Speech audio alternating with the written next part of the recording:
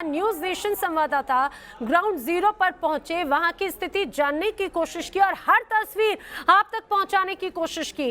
Ground zero पर पहुंचे संवाददाता ने जो देखा वो दिल दहला देने वाला था। नक्सलियों ने जवानों के हथियार लूटे।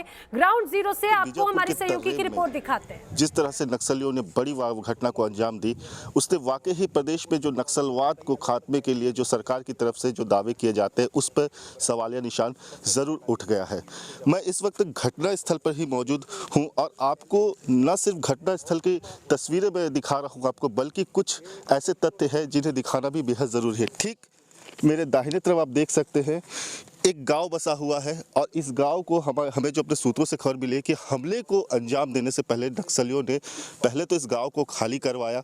गांव को खाली करवाने के बाद उनकी जो नक्सलियों की जो बड़ी कंपनी थी, उन्होंने अपनी योजनाबद्ध तरीके से जवानों को ट्रैप करने की कोशिश की।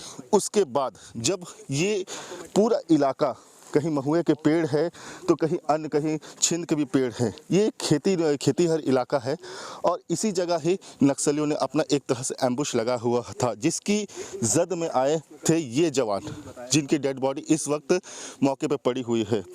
यहाँ मैं बताना चाहूँगा कि घटना को अंजाम देने के बाद नक्सलियों ने किस तरह से अमानवीयता का भी, काफ़ी अमानवीय व्यवहार भी जवानों के सबों के साथ किया। देखिए इनके कपड़े, इनके जो पैंट है वो ले गए, इनके जूते जो थे जवानों के थे वो नक्सली ले गए हैं। इतना ही नहीं, जो गोलीबारी का जो शहीद जवान हुए उनके और भी कुछ सामग्री थे वो भी लूट कर नक्सली ले गए। मौके पर मैं न्यूज़ स्टेट की टीम मौजूद है। आपको बताना चाहूँगा कि ये यहाँ से तकरीबन 500 मीटर दूर एक जवान का शव पड़ा हुआ है।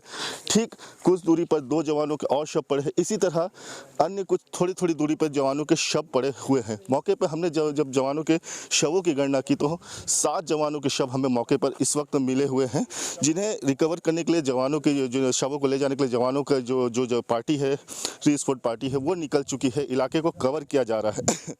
सबसे महत्वपूर्ण बात ये बता दूं कि जब ये मुठभेड़ इतनी भयानक थी कि इस इलाके के जितने कई सारे पेड़ों में जो गोलियों के निशान हैं आप देख सकते हैं, और गोलियों के निशानों के साथ ही कई ज़मीनों पर खून के धब्बे भी जवानों के पड़े हुए हैं।